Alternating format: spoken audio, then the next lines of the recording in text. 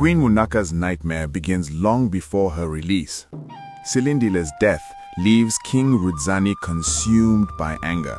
Convinced that the court will never deliver true justice, he quietly persuades Sibusiso that Queen Munaka must pay for what she did.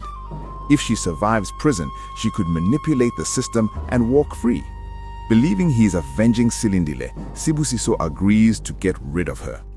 Not long after, Queen Munaka is brutally attacked in prison by a woman secretly sent to kill her and destroy the unborn child she carries. The assault is vicious, but Queen Munaka refuses to die quietly.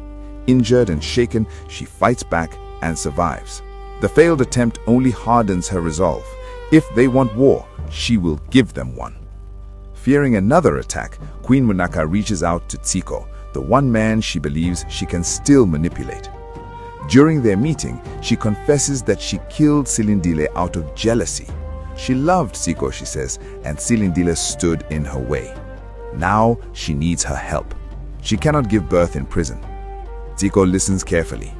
Silindile once used him to secretly gather information against King Rudzani, and the betrayal still stings. Helping Munaka, he realizes, could serve a bigger plan. Soon, Queen Munaka returns to court with a new story, that Silindile attacked her first and she acted in self-defense.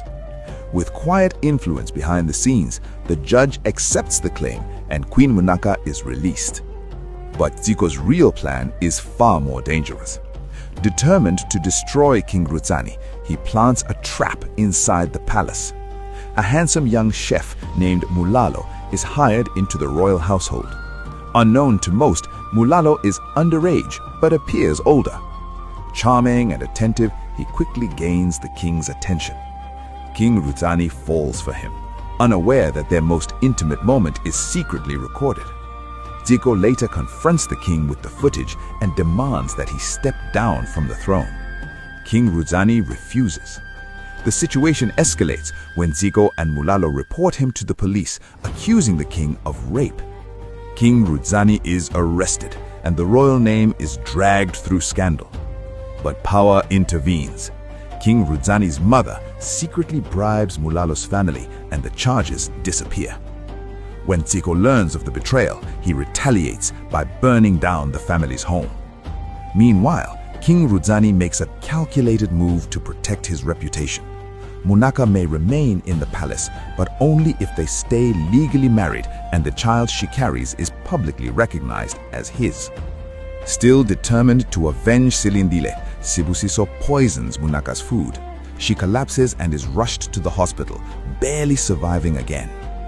In the maternity ward, she gives birth to a baby girl, but instead of joy, she shows disappointment. She wanted a boy, an heir, and refuses to acknowledge the child. Then comes the shock. When the doctor asks for the baby's father, both King Rudzani and Tsiko step forward. The room falls silent. Queen Munaka glares at Tsiko and coldly tells him to stop ruining her plans. Now the true paternity of the child threatens to shake the throne itself.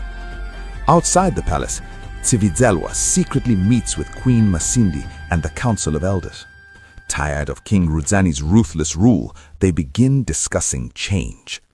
The throne is weakening, the palace is divided, and everyone is preparing for the next move. In this kingdom, survival belongs to the one who strikes last.